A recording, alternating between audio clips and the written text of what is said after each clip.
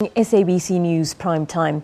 A number of opposition parties in Parliament have called on government to declare the drought a national disaster. MPs debated the impact of the ongoing drought, which has been described as the worst in the country's history.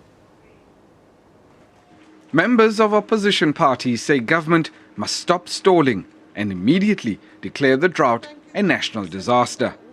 7 provinces have been declared drought disaster areas.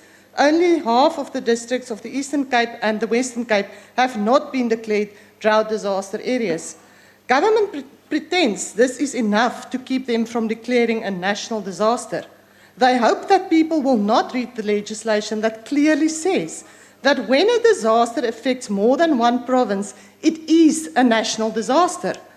The refusal of the government to declare drought as a national disaster is exacerbating an already volatile agricultural industry and is running counter to what the government purports to be doing, and that is to support emerging black farmers.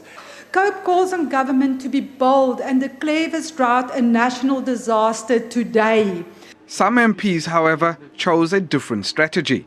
Instead of playing politics, they tugged at government's heartstrings.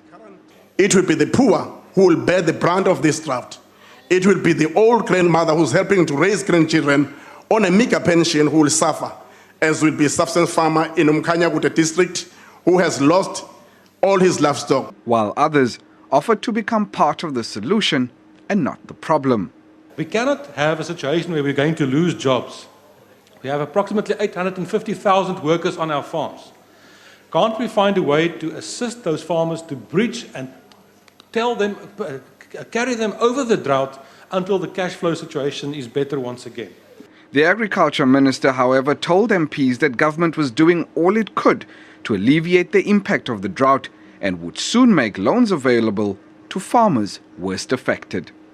The IDC and Land Bank has recently set aside R500 million in the form of concessionary loans to include commercial farmers. The Land Bank will next 2 weeks announce the procedure to assess those loans.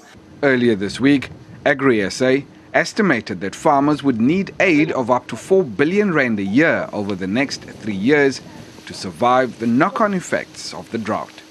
Lukhano Khalada, SABC News, Parliament.